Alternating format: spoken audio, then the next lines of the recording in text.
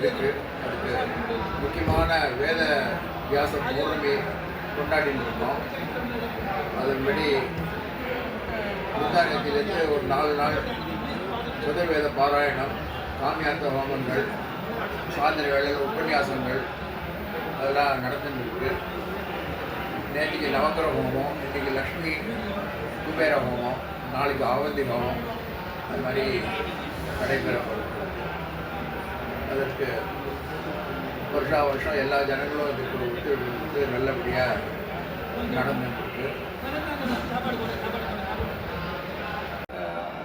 வேண்டிட்டு இருக்கோம். லோகா சமஸ்த சுகினோ.